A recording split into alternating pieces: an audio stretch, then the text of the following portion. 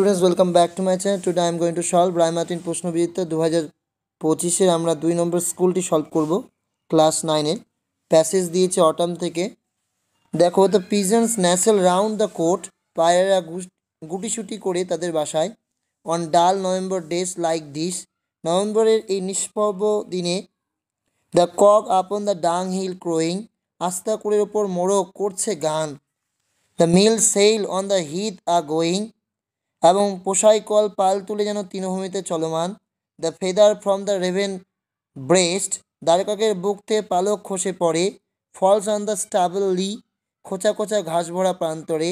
The acorns near the old crow's nest, fall pattering down the tree, বুড়ো কাকের বাসার কাছে ওক ফল পড়ে গাছ থেকে টুপটাপ করে। অ্যান্ড দ্য গ্রান্টিং পিক্স, ঘোতঘোত শুয়োরেরা। দ্যাট ওয়েট ফর অল, যারা অপেক্ষা করে সকলে।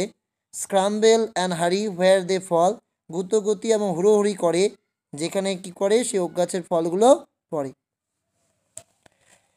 এবার হচ্ছে প্যাসেজে দেখো, দ্য পিক্স হুইচ ওয়ার স্ক্রাম্বলিং, যে গুতোগুতি করছে যে সমস্ত শুয়োরেরা। ওয়ার, তারা কি সাইলেন্ট, নীরব ছিল। শাউটিং, চিৎকার করছিল। না মেকিং লো নয়েজ, হালকা হালকা শব্দ করছিল। নান অফ দিস, আমার মতে নান অফ দিস কোনোটাই হবে না। আর যদিও বা হয় মেকিং লো নয়েজ, সাইলেন্ট তো ছিল না যেহেতু ঘোতঘোত করছিল। The pigeons nestle round the, পিজন্সরা গুটিসুটি মেরে কোথায় বসেছিল? নেস্ট, বাসায়। এরপর 3টি প্রশ্ন রয়েছে, নোটস করে দিয়েছে, দেখে নাও। What do the pigeons do and where the pigeons nestle round, এই পায়রাগুলো গুটিসুটি মেরে বসেছিল ইন দেয়ার নেস্ট, তাদের বাসায়। Describe the beauty of the dull November days in your own words. তাহলে on dull November days the cottage smoke which curls upwards through the naked trees and the pigeons nestling round the cote and the cocks crowing upon the dunghill. এরপরে বলছে describe the activities the pigs in your own words. পিক্সগুলো কী কাজ করছিল? The pigs grunt beneath the oak tree. আর কি করছিল? As soon as the acorns fall, যখন অ্যাকর্নগুলো ফলগুলো পড়ছিল, pigs make grunting sound and rush to the spot. আর আনসিনের প্যাসেজের প্রশ্নগুলো দেখো। জেলিফিশ আর নট ফিশ, প্রথম লাইনে আছে দেখো, jellyfish are not really fish. Jellyfish কিন্তু সত্যি ফিশ নয়। Jellyfish breathe through gills, jellyfish নিঃশ্বাস প্রশ্বাস নেয় গিলের মাধ্যমে। কেন এটা হচ্ছে ফলস? কেন? পরের লাইনটা দেখো, দে হ্যাভ নো হার্ট, তাদের হৃদয় নেই। নো ব্রেইন, ব্রেইনও নেই। নো কিডনি, কিডনিও নেই। লাংসও নেই এবং গিলসও নেই। সো এটা কী হবে? ফলস। সি টার্টলস ইট জেলিফিশ, সমুদ্রের যে কচ্ছপগুলি তারা কিন্তু জেলিফিশ খায়। ঠিক না ভুল? তোমরা দেখতে পারবে লাস্ট লাইনে দেখো প্যাসেজের, jellyfish eat plants, turtles and some even eat other jellyfish. So এটা কী হবে? ট্রু হবে। তারপর কি আছে? Tentacles digest the food that the jellyfish eats, এটা ফলস হবে। দে হ্যাভ আ মাউথ, তাদের একটা মুখ আছে। And tentacles and tissues which digest food. প্রশ্ন আছে যেগুলো নোটস করে দিয়েছি, দেখে না। How does a jellyfish eat and digest food? A jellyfish eats by A mouth and tentacles and tissue which digest food. How is the body of jellyfish form? The body of a jellyfish is formed of water, জল দিয়ে তৈরি। And their inside parts are held in place by a thin layer of skin. এরপর গ্রামারগুলো দেখে নাও। Kamal said Badal, I shall go to zoo tomorrow.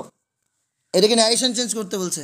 তো Kamal said to Badal, I shall go to zoo tomorrow. তো I shall go to zoo tomorrow এটা কি? এটা হচ্ছে আমরা কোথাও কি দেখতে পাচ্ছি assertive sentence. Kamal said to Badal, এই জন্য কমল সেইড টুর জন্য টোল্ড, কমল টোল্ড বাদল। কমা ওঠে কি হলো? দ্যাট। আই বলতে কাকে বোঝাচ্ছে? সাবজেক্ট কমলকে, এই জন্য হি হয়ে গেল।